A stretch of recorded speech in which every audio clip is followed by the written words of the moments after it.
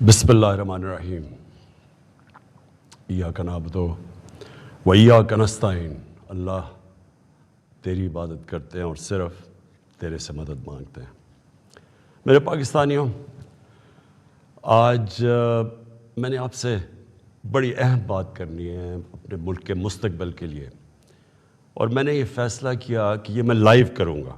یہ ریکارڈڈ نہیں ہے، یہ آپ کے پاس لائیو جائے گی بات، اور اس کی وجہ یہ ہے کہ پاکستان ایک اس انگریزی میں کہتے ہیں ڈیفائننگ مومنٹ پہ ہے، ایک فیصلہ کن وقت پہ ہے کہ ہم نے دو راستے ہمارے سامنے ہیں، ہم نے کون سا راستہ لینا ہے۔ لیکن میں چاہتا ہوں کہ اس سے پہلے یہ میں جو اپنی آپ سے دل کی آج باتیں کروں گا، اس سے پہلے میں صرف اپنی قوم کو بتانا چاہتا ہوں کہ میری طرح کا آدمی پولیٹکس میں آیا کیوں؟ کیونکہ آپ اگر پولیٹیشنز کی زندگی دیکھیں تو ان کو کسی کو بھی کوئی پولیٹکس سے پہلے نہیں جانتا تھا۔ ان کی کوئی بڑے کم ایسے لوگ ہیں جنہوں نے زندگی میں کوئی چیز اچیو بھی کیا ہو۔ قائد اعظم محمد علی جناح بہت بڑے پولیٹیشن تھے، لیکن انہوں نے وہ ایسے تھے کہ سارے ہندوستان کے اندر وہ سب سے بڑے وکیل سمجھے جاتے تھے۔ تو ایک وہ یعنی ان کی حیثیت تھی پولیٹکس پہ آنے سے پہلے۔ لیکن آپ زیادہ تر لوگوں کو دیکھیں تو پولیٹکس میں تو سے پہلے کوئی ان کا نام بھی نہیں جانتا تھا۔ تو میں تو وہ ایک خوش قسمت انسان اللہ کا خاص شکر ادا کرتا ہوں کہ مجھے تو اس نے سب کچھ دے دیا تھا۔ یعنی کوئی بھی شاید ہی کسی کو اتنی شہرت ملے، جتنا میری زندگی میں ضرورت تھی اتنا پیسہ میرے پاس تھا، سب کچھ تھا میرے پاس۔ یعنی آج بھی مجھے کوئی کسی چیز کی ضرورت نہیں ہے، اللہ مجھے سب کچھ دے بیٹھا ہے اور میں اس کا بڑا شکر گزار ہوں۔ دیکھیں، میں پاکستان کی پہلی جنریشن تھا۔ ہم وہ جنریشن تھے جو پہلے آزاد پاکستان میں پیدا ہوئے تھے۔ پاکستان میرے سے صرف 5 سال بڑا ہے۔ تو میرے ماں باپ جو تھے، میں بار بار لوگوں کو بتاتا ہوں، وہ ایک غلامی کے دور میں پیدا ہوئے تھے، وہ انگریز کے دور میں پیدا ہوئے تھے۔ اور میں جب تک بڑا ہوتا رہا، کیونکہ انہوں نے پاکستان موومنٹ میں شرکت کی تھی، وہ مجھے ہمیشہ یہ احساس دلواتے تھے کہ تم بڑے خوش قسمت ہو، آزاد ملک میں پیدا ہوئے ہو۔ تمہیں نہیں پتہ کہ جو بھی آپ کر لیں غلامی کیا ہوتی ہے، کیونکہ ایک سطح سے اوپر آپ جا ہی نہیں سکتے، کیونکہ اس کے اوپر آپ کے حکمران بیٹھے ہوئے تھے۔ تو ایک بڑا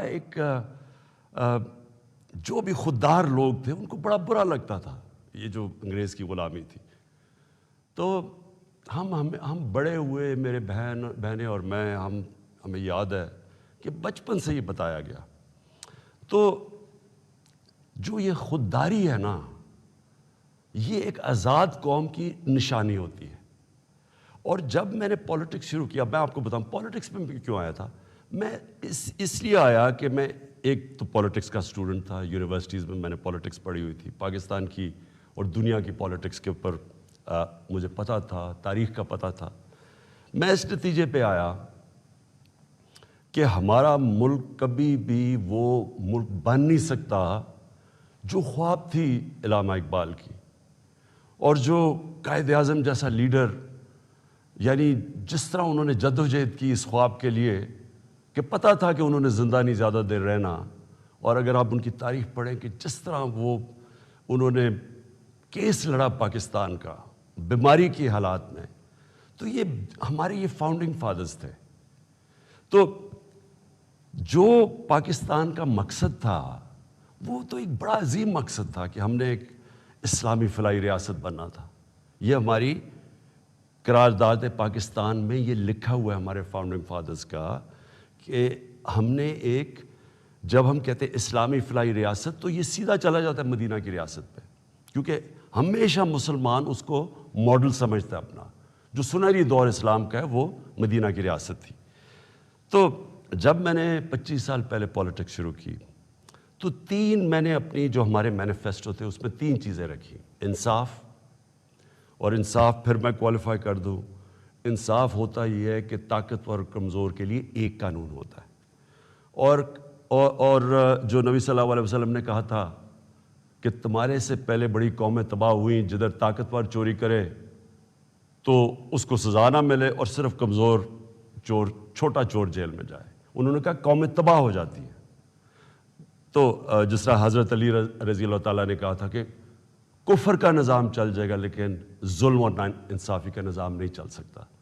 تو یہ بیسس ہے ایک انصاف، اور دوسرا انسانیت، رحم ہوتا ہے ایک اسلامی ریاست میں، جو کہ مدینہ کی ریاست میں پہلی فلاحی ریاست بنائی گئی تھی، جو میں بار بار لوگوں کو کہتا ہوں۔ تو یہ میرے 2 ایمز تھے، اور تیسرا تھا خودداری۔ ایک مسلمان قوم غلام قوم نہیں بن سکتی۔ جس قوم کا نعرہ تھا پاکستان کا مطلب کیا، لا الہ الا اللہ، لا الہ الا اللہ کا تو مطلب ہی ہے کہ سوائے اللہ کے آپ کسی کے سامنے نہیں جھکتے، وہ شرک ہے۔ سب سے بری چیز اللہ کو لگتی ہے کہ جب آپ کسی کو بھی اللہ کی جگہ پہ رکھتے ہیں۔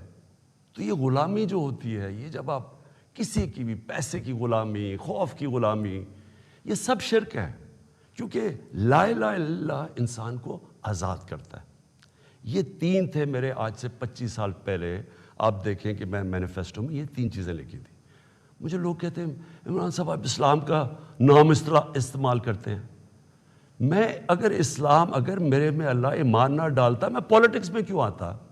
جس آدمی کے پاس سب کچھ ہے، مجھے یہ بتائے، وہ اپنی زندگی کے 22 سال خرچ کرے گا ایک سٹرگل میں، اور 14 سال تو تھوڑے سے لوگوں کے ساتھ تھا، 14 سال تو مذاق اڑتا تھا میرا، تو میں کیوں پولیٹکس میں اتنی دیر کوشش کی جس کے پاس سب کچھ تھا؟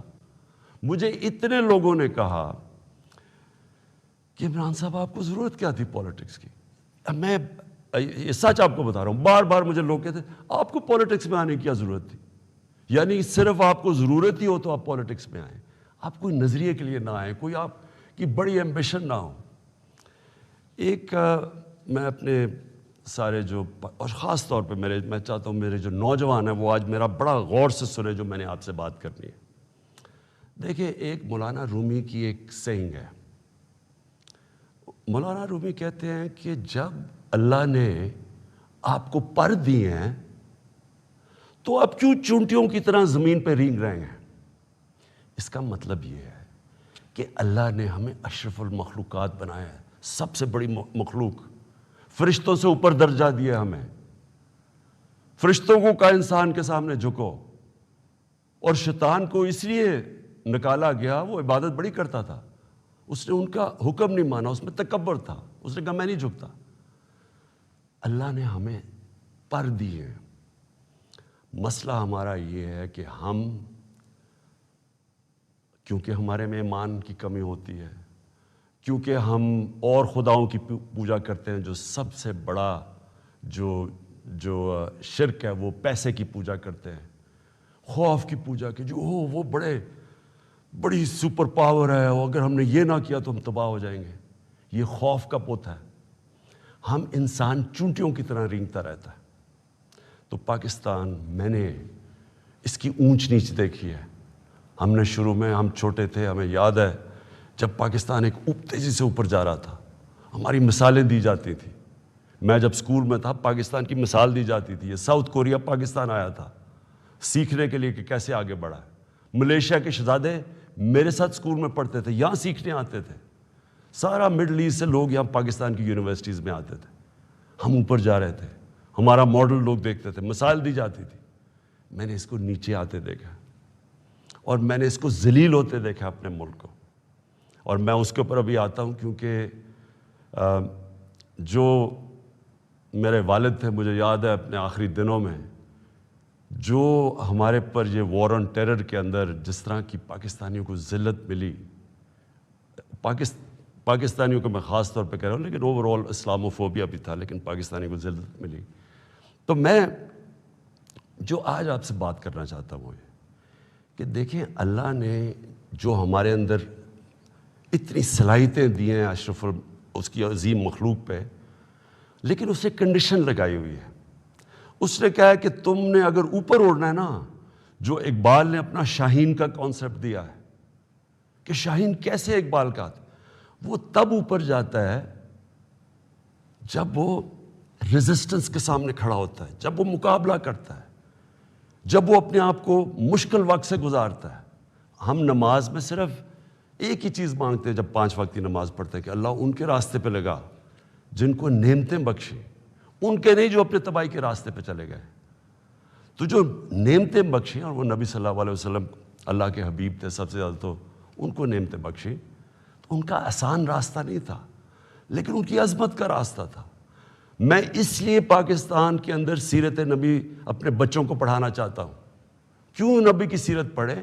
کیونکہ وہ دنیا کی تاریخ میں سب سے عظیم انسان وہ تھے، تو ان کے راستے پہ اللہ کیوں ہمیں کہتا ہے چلو؟ کیونکہ وہ عظمت کا انسان کا راستہ ہے۔ ہم پکڑ لیتے ہیں دوسرا راستہ جو ہم سمجھتے ہیں کہ بڑا آسان راستہ ہے۔ اچھا جی، وہ فلانا نے حکم دے دیا، ہم تباہ ہو جائیں گے، اگر اس نے وہ فلانا ملک ناراض ہو گیا تو ہمارا یہ ہو جائے گا۔ ہم رینگ رہے ہیں زمین کے اوپر، ہم چونٹیوں کی طرح رینگ رہے ہیں۔ تو میں سب سے پہلے کہ جب میں نے 25 سال پالیٹکس شروع کی تو میں نے کبھی، آپ میری کوئی سٹیٹمنٹ پڑھ لیں، میں نے ہمیشہ ایک چیز کہی، نہ میں کبھی کسی کے سامنے جھکوں گا اور نہ اپنی قوم کو کسی کے سامنے جھکنے دوں گا، یعنی اپنی قوم کو کسی کی غلامی نہیں کرنے دوں گا۔ یہ 25 سال کوئی میری سٹیٹمنٹس ابھی آپ دیکھ لیں، کوئی پرانی میری ویڈیوز ہیں، کبھی اس سے پیچھے نہیں ہٹا میں۔ جب میں اقتدار مجھے ملا تو میں نے تب فیصلہ کیا کہ ہماری فورن پالیسی آزاد ہوگی۔ آزاد فورن پالیسی کا مطلب ہوتا ہے کہ وہ فورن پالیسی جو پاکستانیوں کے لیے ہوگی، ہمارے مفادات کے لیے ہوگی۔ اس کا قطعی یہ مطلب نہیں ہے کہ ہم کسی سے دشمنی کریں گے، ہم کسی کو کے خلاف ہوں گے، ہم کوئی اینٹی امریکن ہوں گے یا اینٹی انڈیا ہوگا یا اینٹی یورپین ہوں گے۔ میں تو سب سے پہلے، میں وہ پاکستانی ہوں، سب سے زیادہ ہندوستان کے اندر جو جانتے تھے اور جو رسپیکٹ اور میری دوستیاں تھیں وہ میں پاکستانی تھا، کرکٹ کی وجہ سے۔ میں امریکہ کو بڑی اچھی طرح جانتا ہوں، ان کے پولیٹیشنز، ان کے لوگوں کو جانتا ہوں۔ انگلینڈ کو تو آپ اس طرح کہ میرا دوسرا گھر تھا ایک وقت، تو میں تو جانتا ہوں۔ میں نے کبھی یہ نہیں، کبھی کسی بھی انسانی معاشرے میں کبھی اس کے خلاف ہو ہی نہیں سکتا۔ ہاں، ہم ان کے اندر جو ان کی غلط پالیسیز ہے اس کی میں تنقید کرتا ہوں۔ میں نے جب پاکستان نے شرکت کی وار آن ٹیرر میں، یعنی جب جنرل مشرف ہمیں امریکہ کی جنگ میں لے کے گئے، میں اس میٹنگ میں تھا، میں اس کمرے میں تھا، اسی کمرے کے اندر سارے پولیٹیشنز بیٹھے ہوئے تھے، جس کے اندر ہیڈز آف پارٹیز بلائے تھے، جس طرح باقی بھی تھے، میں بھی تھا۔ اسی کمرے کے اندر ہمیں کہا گیا کہ جی اگر ہم نے امریکہ کی حمایت نہ کی تو انگریزی کا لفظ وونڈڈ بیئر کی طرح ہے، ایک زخمی ریچھ کی طرح ہے، وہ ہمیں نہ غصے میں شاید ہمیں نہ مار دے۔ اور مجھے یاد ہے میں نے بار بار میڈیا پہ، پارلیمنٹ میں، ہر جگہ میں نے کہا کہ ہمارا اس جنگ سے کوئی لینا دینا نہیں تھا، 9/11 میں کوئی پاکستانی ملوث نہیں تھا۔ ہمیں کیا ضرورت ہے کہ ہم اپنے ملک کو کسی کی جنگ میں لے جائیں؟ ہم ان کی مدد کریں، اگر ان کے ملک میں دہشت گردی ہوئی ہے، ہم دہشت گردی کے خلاف ہیں، ہمیں ان کی مدد کرنی چاہیے۔ لیکن کیا اس کا مطلب یہ ہے کہ ہم پاکستانیوں کو قربان کر دیں کسی کی جنگ میں؟ اور پھر ہم نے غلطی کیا کی؟ سب سے بڑی جو جنرل مشرف نے غلطی کی، 80 کی دہائی میں ہم نے پاکستان فرنٹ لائن سٹیٹ بن گیا جی کہ ہم امریکہ کے حمایتی ہیں، ہم اس کے ایلائی ہیں، ہم سوویت یونین کے خلاف جہاد لڑ رہے ہیں، اور ساری جہاد پاکستان کے قبائلی علاقے سے لڑی گئی، اور باہر سے لوگ ہم نے بلائے اور ہم نے ان کو ٹرین کیا اور یہاں سے مجاہدین گروپس گئے، ہم نے ان کی پوری حمایت کی، ان کو بتایا کہ فورن آکوپیشن، کیونکہ ہم اس لیے لڑ رہے ہیں کہ افغانستان کے اوپر فورن آکوپیشن ہے، اس لیے ہم لڑ رہے ہیں جہاد، اور سارے ہمیں بتایا گیا کہ کتنا بڑا پاکستان بڑا رول پلے کر رہا ہے۔ جیسے ہی وہ جہاد ختم ہوتی ہے، سوویت یونین ہارتا ہے، امریکہ یہاں سے چلا جاتا ہے، سوویت یونین ادھر چلا جاتا ہے، اور 2 سال کے بعد وہی امریکہ جو ہمارا دوست تھا، جس کے لیے جو ہم اکٹھے جنگ لڑ رہے تھے، وہ ہمارے اوپر سینکشن لگا دیتا ہے، پریسلر سینکشنز۔ 9/11 آ جاتا ہے پاکستان کی، پھر امریکہ ضرورت پڑ جاتی ہے. یہ جو ابھی میں نے آپ کو کہا کہ اسی کمرے کے اندر فیصلہ ہو رہا ہے امریکہ کی ہمیں حمایت کرنی چاہیے. ہم نے کہا کہ ہاں ٹھیک ہے، حمایت یہاں تک ٹھیک ہے کہ ہم سارے دہشت گردی کے خلاف ہیں، ان کے خلاف ایکشن لیں، لیکن جو حمایت ہم نے کی، جو پاکستانیوں کی جانوں کی قربانی دی گئی، کسی اور امریکہ کے ایلائی نے اس طرح کی قربانیاں نہیں دی. کوئی نیٹو بھی امریکہ کے ساتھ تھا، کوئی ایک ملک بتائیں جو 80,000 اپنے لوگ مروا لے، جس کا سارا قبائلی علاقہ، اور میں یہ آج پھر سے کہنا چاہتا ہوں، دیکھیں میں قبائلی علاقے کو باقیوں سے بہتر جانتا ہوں. میں نے وہ سارا قبائلی علاقہ پھرا ہوا ہے، میں نے کتاب لکھی ہوئی ہے، میں اس کی تاریخ جانتا ہوں. قبائلی علاقہ پاکستان میں سب سے پرامن علاقہ تھا. وہاں کرائم ہوتی نہیں تھی، کوئی ان کے ریکارڈ میں، یعنی ہمیشہ سے وہ کرائم فری ایریا تھا. جو قبائلی علاقے کے لوگوں سے ہوا ہماری اس جنگ میں شرکت کرنے سے، آپ اندازہ نہیں لگا سکتے کہ وہ لوگوں کے اوپر، بیچاروں کے اوپر کیا گزری. وہاں لوگ مارے گئے، وہ ادھر سے لوگ کھڑے ہو گئے جن لوگوں کو، اب سوچیں ہم لوگوں کو کہہ رہے ہیں کہ جہاد کرنا، اگر باہر سے آکوپیشن ہو، وہ سب سے عظیم چیز ہے، اور اب امریکن جب وہاں پہنچ گئے تو ہم نے کہا نہیں آپ دہشت گردی ہے. اب ظاہر ہے وہ لوگوں کو آپ 10 سال میں ایک طرف سے دوسری طرف تو نہیں لے جا سکتے تھے، وہ انسان تھے، ان کو ہم نے یہ بتایا ہوا تھا کہ یہ جہاد ہے. وہ جب انہوں نے پاکستان کے خلاف شروع ہو گئے، اور وہ جو پرانے جہادی گروپس ٹرین کیے تھے وہ بھی پاکستان کے خلاف ہو گئے. تو اس سے انہوں نے ہمیں کہا کہ ہم کولیبریٹرز ہیں امریکہ کے. جہاں جو پاکستان میں خودکش حملے ہوئے، جو قبائلی علاقہ اجڑا گیا، جو یہاں میں پتہ نہیں کتنے ہسپتالوں میں گیا، میں تو جو لوگ بچ گئے تھے، کسی کی ٹانگیں نہیں ہیں، کوئی چل نہیں سکتا، کسی آنکھیں نہیں ہیں، ہاتھ اڑے ہوئے ہیں.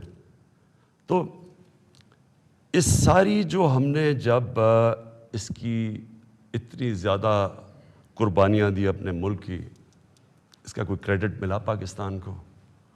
کیا کسی نے کہا کہ آپ نے بڑا زبردست کام کیا، شکریہ پاکستان؟ یہ نہیں ہوا. وہاں سے آوازیں آنی شروع ہو گئیں. افغانستان کی، یہ افغانستان آزاد ہونے سے پہلے کی بات کر رہا ہوں میں، کہ جی پاکستان کی دوگلی پالیسی کی وجہ سے وہ نہیں جیت سکتے. یہاں ہمارے لوگوں کو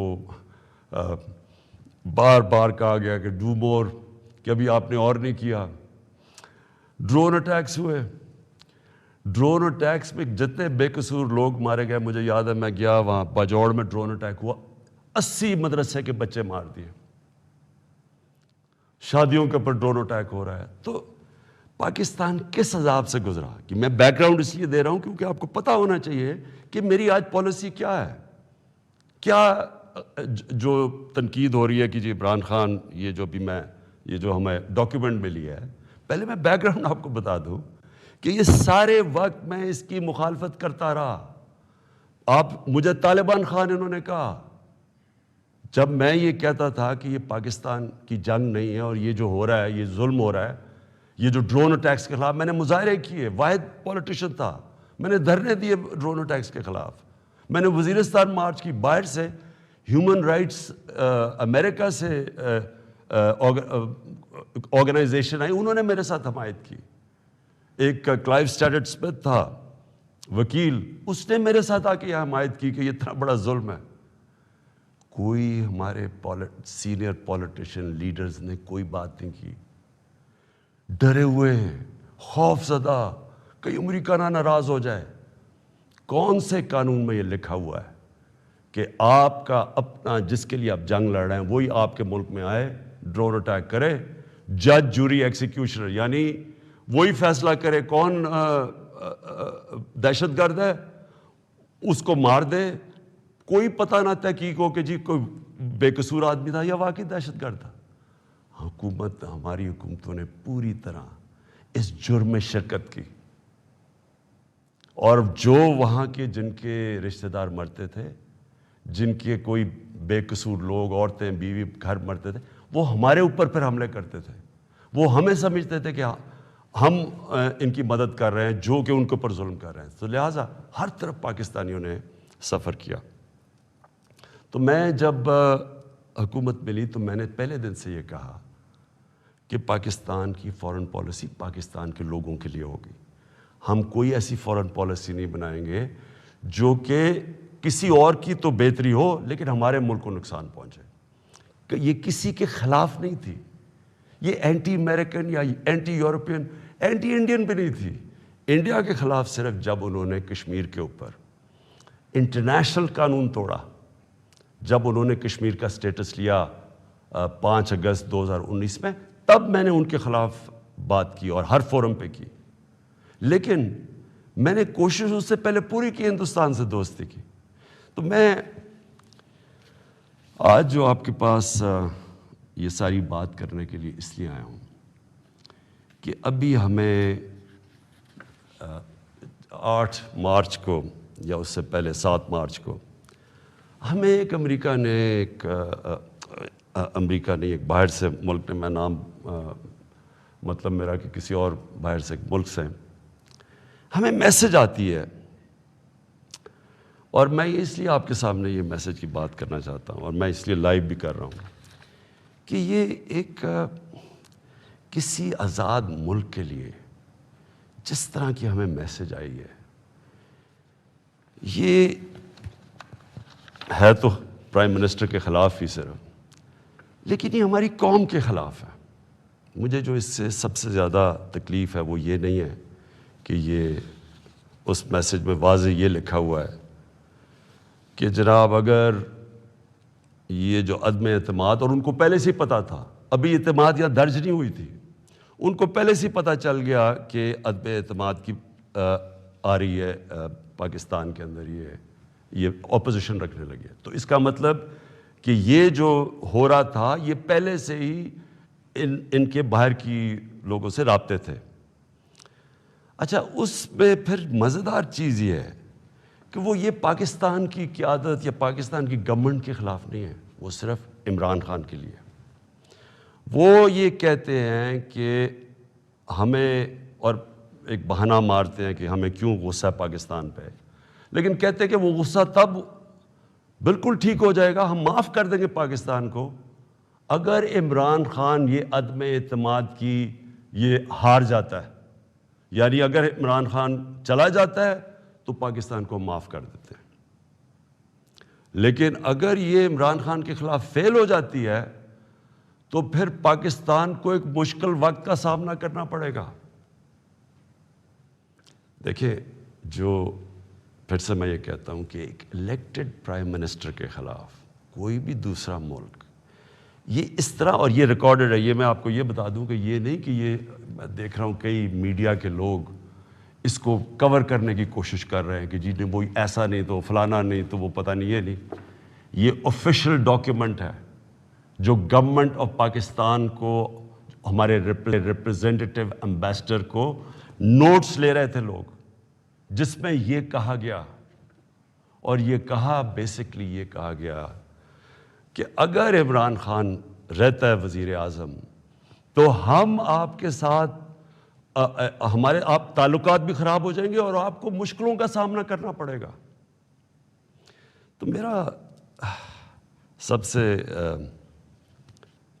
اپنی قوم سے آج یہ سوال ہے کہ کیا یہ ہماری حیثیت ہے, 22 کروڑ کے ہم قوم ہیں, کہ ہمیں ایک کوئی باہر کا ملک, اور کوئی وجہ بھی نہیں بتا رہا, کوئی اس میں کوئی وجہ نہیں, بس یہ کوئی ایک چیز بتا دی کہ جی وہ عمران خان نے اکیلا کو فیصلہ کیا ہے روس جانے کا, حالانکہ جب رشیا جانے کا فیصلہ تھا اس کے اندر ہماری ساری فارن آفس کی پوری مشاورت تھی, ہماری ساری عسکری قیادت کی مشاورت پوری تھی.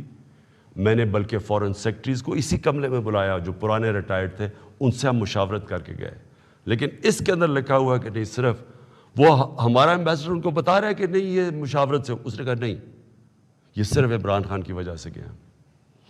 اور پھر انہوں نے یہ جو باقی لکھا کہ اگر جب تک وہ ہے تو ہمارے تعلقات اچھے نہیں ہو سکتے. اب میرا سوال یہ ہے کہ وہ اصل میں یہ کہہ رہے ہیں کہ یہ جب جائے گا تو جو باقی جو آئیں گے واپس, جو دوسرے عمران خان کی جگہ آئیں گے, ان سے ہمیں کوئی مسئلہ نہیں ہے. تو میں اصل اپنی قوم کے سامنے یہ چیز رکھنا چاہتا ہوں.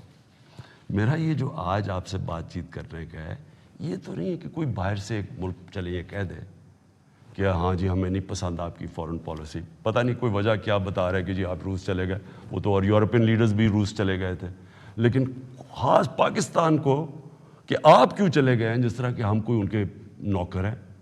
لیکن جو اس میں سب سے ڈسٹربنگ چیز کیا ہے کہ ان کے رابطے ان لوگوں سے ہیں جن کے ذریعے یہ ساری سازش ہوئی ہے, جو یہاں بیٹھے ہوئے ہیں. اور یہاں کون بیٹھے ہوئے ہیں؟ 3 اسٹوجز. اسٹوجز کا مطلب ہوتا ہے جو کہ بڑے وفادار غلام ہوتے ہیں. یہ وہ لوگ ہیں. اب یہ ذرا سن لیں کہ یہ چاہ کیا رہے ہیں. یہ چاہ یہ رہے ہیں کہ عمران خان جائے, لیکن اگر یہ آ جائیں واپس, یہ جو ابھی جنہوں نے عدم اعتماد کیا ہوا ہے, تو پھر سب ٹھیک ہو جائے گا. تو سب سے پہلا میرا سوال یہ ہے کہ کیا یہ اپنے ملک کے اندر اجازت دیں گے کسی کو قیادت میں آنے کے لیے جن کے اوپر نیب کے کیسز ہوں, جن کے اوپر اربوں روپے کے کیسز ان کی عدالتوں میں ہوں, وہ جو کہ ایک مجرم ڈکلیئر کر دیا گیا پاکستان کی عدالت نے, جو کہ جھوٹ بول کے بھاگا ہوا ہے. کیا وہ ان لوگوں کو جن کے اوپر باہر ان کے ملکوں میں, باہر کے ملک مضمون لکھے ہوئے ان کی چوری کے اوپر, کرپشن پہ, بی بی سی کی 2 ڈاکیومنٹریز آئی ہوئی ہیں ان کی چوری کے اوپر, کیا اپنے ملک میں اس طرح کے لوگوں کو ایک قیادت پہ آنے دیں گے؟ اور اگر اپنے ملک میں اتنی سی جھوٹ بولنے پہ یہ نکال دیتے ہیں ایک پرائم منسٹر کو, ہیرلڈ میک ملن تھا, جھوٹ بولنے میں اس کو نکال دیا. چھوٹی چھوٹی چیزوں کے اوپر وہ اتنا اپنے لوگوں کا, ان کا جو اخلاقی معیار ہے وہ اس سطح پہ ہے, چھوٹی سی چیز پہ وہ نکال دیتے ہیں.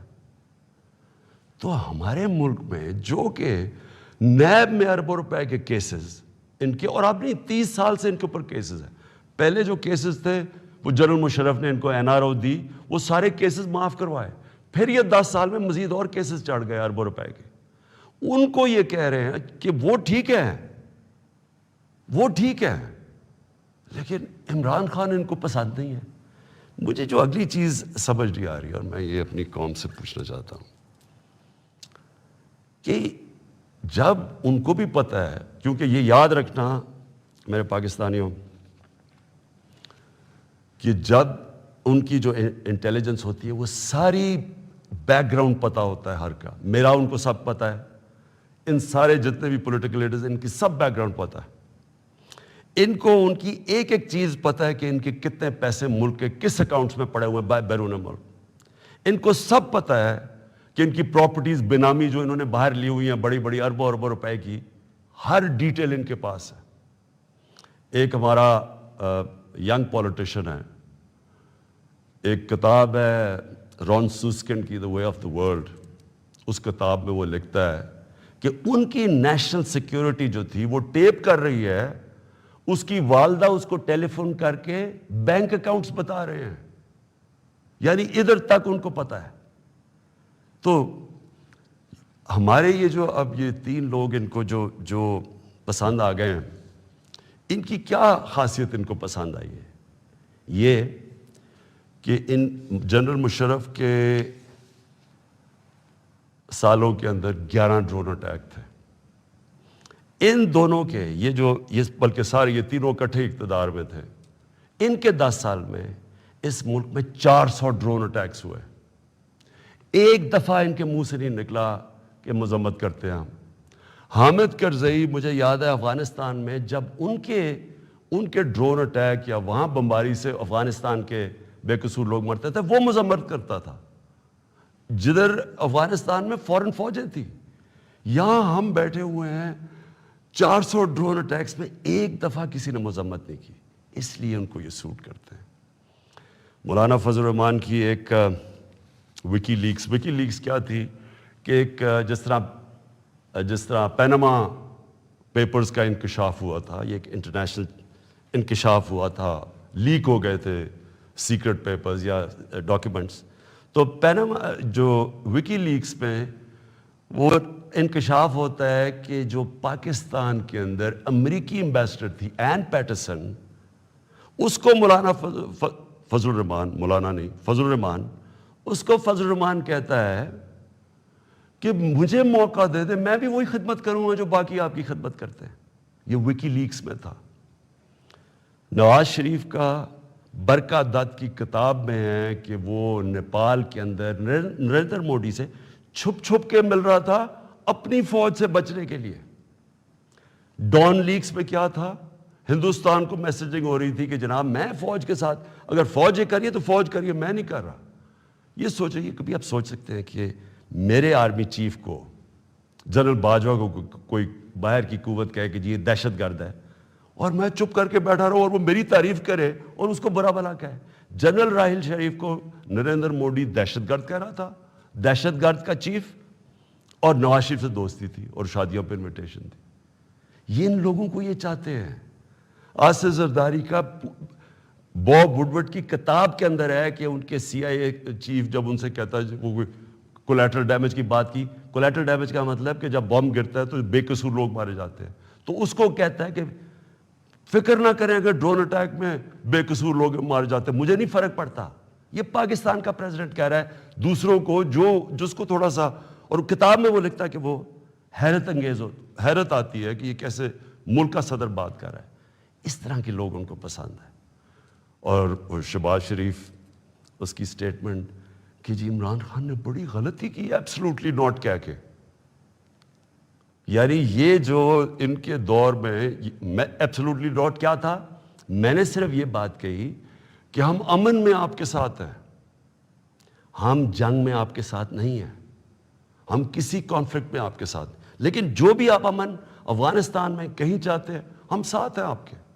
میری پالیسی آپ میں بتاؤں کہ کیونکہ ہم انڈیپینڈنٹ، یعنی ہم ایک انڈیپینڈنٹ فارن پالیسی چاہتے ہیں، ہماری کریڈیبلٹی ہوتی ہے کہ ہم سالس کا پلے کر سکتے ہیں. وہ صرف تب ہوتی ہے جب آپ لوگ سمجھیں کہ آزاد ہے آپ کی فارن پالیسی. جب لوگ پہلے سے ہی سمجھتے ہیں کہ جی جدھر سے حکم آئے گا آپ نے وہی کرنا ہے، آپ کو اتنی بھی شرم نہیں ہے کہ آپ کے ملک میں بمباری کر رہا ہے آپ کا دوست اور آپ کے لوگ مرے اور آپ اس کو نہیں کچھ کہہ سکتے، کس نے آپ کی کیا کریڈیبلٹی ہو رہی ہے اور دنیا نے کیا عزت کرنی ہے آپ نے. جب ہم یہ وار آن ٹیرر میں حصہ لے رہے تھے، بیرون ملک پاکستانیوں سے میرا تعلق بہت ہے. کبھی ان سے پوچھے کہ ان کو کس ذلت کا سامنا کرنا پڑا. ایئرپورٹس کے اوپر ان سے کیا ہوتا تھا، پکڑ پکڑ کے ان کو ڈیٹین کر دیتے تھے.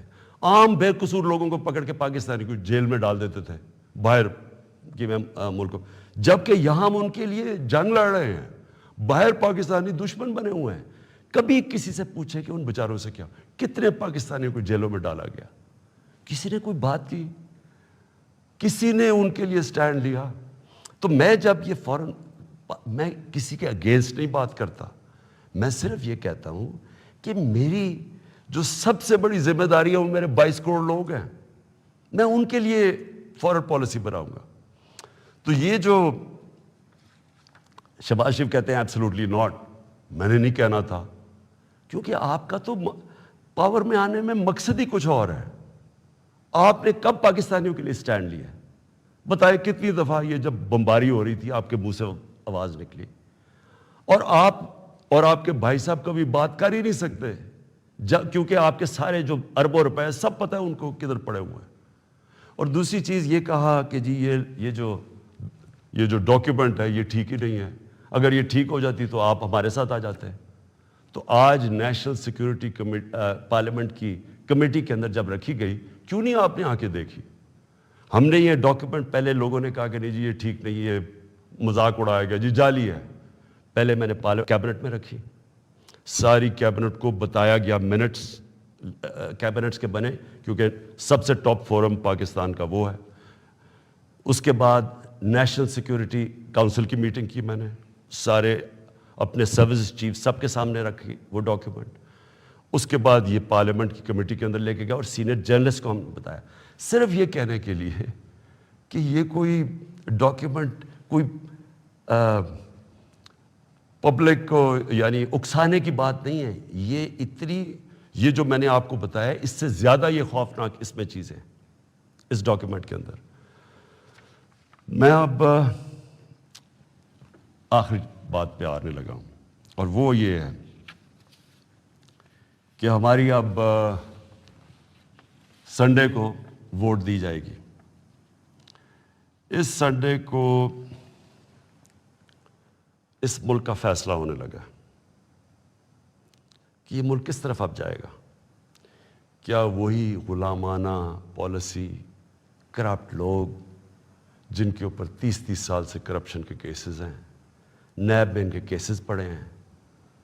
بدقسمتی سے کوئی اور ملک ہوتا جس کے اندر یہ انصاف کا نظام زیادہ طاقتور کو قانون کے نیچے لانے جن کی صلاحیت ہے، اور جو بھی خوشحال ملک ہیں دنیا میں، جو بھی جن ملکوں کے اندر غربت نہیں ہے، خوشحالی ہے، جو پروگریس کر چکے ہیں، ترقی یافتہ ملک ہیں، ان سارے ملکوں کی ایک چیز آپ کو کامن ملے گی کہ طاقتور مجرم کو ان کی صلاحیت ہوتی ہے قانون کے نیچے لانے کی. ہمارا ابھی تک انصاف کے نظام میں وہ صلاحیت نہیں ہے. یہ ہماری بڑی بدقسمتی ہے کہ اربوں روپے کے ان کے پاس کیسز ہیں، کچھ نہیں ہو رہا. تو کیا قوم ان کو پھر جو 30 سال سے کہہ رہے ہیں، اچھا کہہ رہے جی عمران خان نے ملک بڑا خراب، آج کیوں یہ سارا کر رہے ڈرامہ عمران خان نے ملک خراب کر دیا؟ عمران خان تو ابھی 3.5 سال ہوئے، 30 سال سے تو آپ باریاں لے رہے ہیں اس ملک کے اوپر. تو یہ اگر ملک خراب تھا، یہ اگر حالات برے تھے، تو یہ کیا 3.5 سال میں ہو گئے ہیں؟ اور میں چیلنج کرتا ہوں کہ 3.5 سال میں جو ہم نے کیا ہے کسی بھی فورم پہ، انڈیپینڈنٹ ماہرین کو آپ بٹھائیں، ان سے پوچھیں، میں چیلنج کرتا ہوں کہ 3.5 سال میں جو پاکستان میں ہوا ہے کہ ان کے کسی دور میں نہیں ہوا. تو یہ جو اب سارے اکٹھے ہیں، یہ اب قوم نے فیصلہ کرنا ہے کہ کیا یہ جو ووٹ ہونی ہے سنڈے کو، اس میں کون کدھر جائے گا. مجھے لوگوں نے، کسی نے کہا جی وہ عمران خان آپ ریزائن کر دیں. میں ریزائن کر دوں؟ میں جو میرے ساتھ کرکٹ کھیلتے تھے وہ ساری دنیا 20 سال جو میں کھیلی ہے، آخری گیند تک میں مقابلہ کرتا ہوں. میں کبھی ہار زندگی میں نہیں مانی. میں تو ووٹ کا جو بھی رزلٹ ہو جائے، آپ دیکھیں گے کہ میں تو اس کے بعد اور زیادہ تکڑا ہو کے سامنے آؤں گا جو بھی رزلٹ ہو. لیکن میں یہ دیکھنا چاہتا ہوں اس دن، یہ میں چاہتا ہوں میری ساری قوم دیکھے کہ کون جا کے اپنے ضمیر کا سودا کرے گا وہاں. اگر کوئی یہ کسی کو کہنے کی کوشش کر رہا ہے نا کہ جی ہمیں ایک دم پتہ چلا کہ عمران خان تو یہ تو بہت ہی نااہل یا برا تھا، آپ کو ریزائن کرنا چاہیے تھا. ہم جمہوریت کے اندر لوگ ریزائن کرتے ہیں. لوگ تب نہیں کرتے کہ جب آپ دیکھیں کہ 20-25 کروڑ روپیہ آپ کو آفر ہو رہا ہے اور آپ چلے جائیں، اور وہ پیسہ جو پہلی چوری کا پیسہ جس سے خریدا جا رہا ہے لوگوں کو، ساری قوم کے سامنے یہ ہو رہا ہے. وہ جگہ بنی ہوئی ہیں جدھر میریٹ کے اندر یا سندھ ہاؤس کے اندر یہ تماشا چل رہا ہے ساری قوم کے سامنے. میں تو یہ پوچھنا چاہتا ہوں کہ ہمارے نوجوانوں کو ہم آج کیا سبق دے رہے ہیں؟ ہم کیا ان کو بتا رہے ہیں کہ یہ ہمارے جو پبلک ریپرزینٹیٹیو ہیں ان کی قیمتیں لگی ہوئی ہیں؟ یہ ساری قوم کے سامنے ہو رہا ہے. یہ کوئی چھپی بات نہیں ہے. آپ الٹا بھی لٹک جائیں، کوئی یہ نہیں مانے گا کہ ان 3 لوگوں کے پاس کوئی اس لیے جا رہا ہے کہ یہ تو بڑے کوئی نظریاتی لوگ ہیں. کوئی نہیں ماننے لگا کہ یا آصف زرداری یا شہباز شریف، نواز شریف یا فضل الرحمانی کوئی نظریاتی لوگ ہیں. سب ان کو جانتے ہیں. صرف انہوں نے جو اپنے خلاف سٹیٹمنٹس دی ہوئی ہیں وہ 20 سال ذرا دیکھ لیں تو آپ سمجھ جائیں گے کہ یہ کوئی نظریاتی نہیں ہو رہا. یہ صرف اور صرف ضمیروں کا سودا ہو رہا ہے. یہ اپنے ملک کا سودا ہو رہا ہے. یہ اپنے ملک کی ساورنٹی کا سودا ہو رہا ہے. اور یہ جو ہوگا، میں ابھی بھی لوگوں کو یہ، کیونکہ مجھے ابھی بھی امید ہے کہ جو ہمارے لوگ اپنا سودا کر کے وہاں بیٹھے ہوئے ہیں، میں ابھی بھی آپ سے یہ کہتا ہوں کہ ہمیشہ کے لیے یہ آپ کے اوپر ایک مور لگنے لگی ہے. یہ نہ لوگوں نے آپ کو معاف کرنا ہے، نہ لوگوں نے آپ کو بھولنا ہے. نہ آپ کی اس بات کو معاف کرنا ہے، بھولنا ہے، نہ جو لوگ آپ کو ہینڈل کر رہے ہیں نہ ان کو معاف کرنا ہے اور بھولنا ہے لوگوں نے. یہ ہمیشہ کے لیے لوگ یاد رکھیں گے کہ آپ نے اپنے ملک کا سودا کیا. ایک بیرون ملک سازش جو یہاں لوگوں کے ساتھ مل کے ایک وہ گورنمنٹ جس کی آزاد فورن پالیسی تھی اس کو گرانے کی کوشش کی گئی. یہ کوئی آپ کو معاف نہیں کرے گا. ہمارے بر صغیر کی تاریخ کیا ہے؟ میر جعفر اور میر صادق کون تھے؟ یہ وہ لوگ تھے جنہوں نے انگریزوں کے ساتھ مل کے بنگال کو غلام بنایا، انگریزوں کے ساتھ مل کے سراج الدولہ کو مروایا، اور اپنی ذاتی مفادات کے لیے اپنے قوم کو غلام بنایا، اور دوسرے نے ٹیپو سلطان کو اس سے غداری کی، انگریزوں کے ساتھ مل کے اپنی قوم کو غلام بنایا۔ یہ موجودہ آپ کے میر جعفر اور میر صادق ہیں، باہر کی قوتوں کے ساتھ مل کے ایک ملک کے اندر یہ وہ چینج لے کے آ رہے ہیں جو کہ یاد رکھیں، میں پھر رپیٹ کرتا ہوں، ساری زندگی یہ قوم آپ کو بھولنے نہیں دے گی۔ یہ وہ آپ کرنے جا رہے ہیں جو آنے والی ہماری نسلیں آپ کو معاف نہیں کریں گی۔ اور میں آپ کو یہ بھی بتا دوں آج کہ اگر آپ کا یہ خیال ہے کہ یہ سازش کو کامیاب ہونے دیں گے، میں اس کے سامنے کھڑا ہوں گا۔ میری یہ اپنی قوم سے کمٹمنٹ ہے کہ ہمیشہ جب تک میرے میں خون ہے میں اس کا مقابلہ کروں گا۔ میری زندگی کو تو کوئی فرق نہیں پڑنے لگا، میں اپنے گھر میں رہتا ہوں، میں اپنے خرچے برداشت کرتا ہوں، میرا تو کوئی کیمپ آفس نہیں ہے، میرے تو آگے کوئی فیکٹریاں نہیں بنائیں۔ نواز شریف نے اتنے دور میں 18 فیکٹریاں بنا لی تھی سرکاری بینکوں سے پیسے لے کے، اور پھر بعد میں وہ قرضے معاف کروا لیے۔ نہ میرے کوئی رشتہ دار پالیٹکس میں ہے، میں اپنے گھر میں رہوں گا، اپنے گھر میں رہتا ہوں۔ لیکن اس قوم سے یہ جو غداری ہو رہی ہے اور یہ جو ہونے جا رہی ہے سنڈے کو، میں یہ چاہتا ہوں کہ ایک ایک لوگوں کا، ایک ایک غدار کی آپ شکل یاد رکھنا۔ یہ جتنا بھی ہے کہ اپنے لوگوں کو بتانے کی کوشش کریں کہ جی وہ ہو ایک دم ہمیں پتہ چلا ہے کہ یہ کیا ہوا ہے، یہ کتنا برا وقت گزرا تھا، لوگ آپ کی کوئی بات ماننے نہیں لگے۔ یہ قوم جو ہے، میں پھر سے رپیٹ کرتا ہوں آپ کو، میں آخری بات کہنے لگا ہوں، یہ قوم نہ یہ بھولے گی، نہ آپ کو معاف کرے گی، نہ جو لوگ آپ کے پیچھے ان کو معاف کرے گی۔ اور یہ اگر آپ کا کسی کا خیال ہے کہ عمران خان چپ کر کے بیٹھ جائے گا، کسی خوش فہمی میں نہ رہے۔ میرے میں اللہ نے مقابلہ کرنے کی صلاحیت دی ہے، ساری زندگی میں نے مقابلہ کیا ہے۔